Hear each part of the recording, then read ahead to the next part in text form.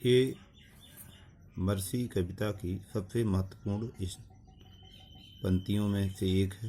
यह स्टैंजा अति महत्वपूर्ण, it is very important for you, जो कि निचोड़ है। But mercy is above this sceptre's way, it is enthroned in the hearts of kings, it is an attribute to God himself, and earthly power doth then so likest God's when mercy seasons justice।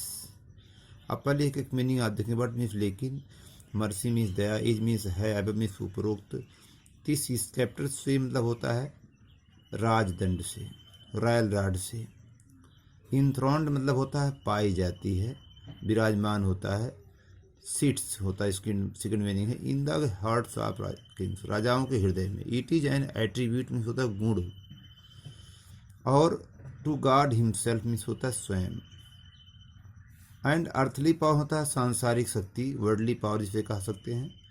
Doth means does, then means तब, sows means होता है दिखता है, लाइकेस्ट means होता है की तरह, God means ईश्वर की तरह, व्हेन मीन्स जब, मर्सी मीन्स दया, सीजन मीन्स होता है मिक्सेज अर्थात मिल जाती है, जस्ट मीन्स दया। अब वहाँ पर यहाँ आप देखिए, राजा पृथ्वी पर सर्वशक्तिमान होता है, but mercy is above this scatters से। लेकिन पुरुषा कहती है कि राजा तो सर्वशक्तिमान होता है, लेकिन दयावान राजा अपने रॉयल राड, अपने अधिकार जो उसके पास असीमित अधिकार, उससे कहीं ज़्यादा महान हो जाता है। उसकी महानता और उसकी शासन सत्ता जब दोनों मिक्स हो जाते हैं तो और अधिक महान हो जाता है। बट मर्सी इज एबव, लेकिन दया उसके राजदंड के, उसके असीमित पावर से कहीं ज़्यादा शक्तिशाली पावर होती है। It is enthroned in the hearts of kings, और यह राजा के हृदय में पाई जाती है, और यह राजा के स्वाभाविक ईश्वरीय गुण होते हैं।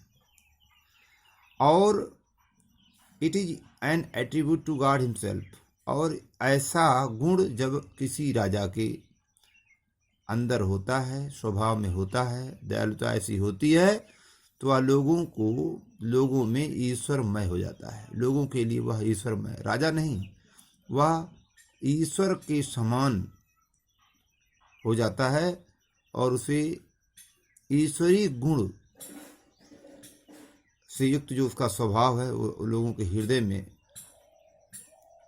स्वाभाविक रूप से एक सम्मान का स्रोत बन जाता है।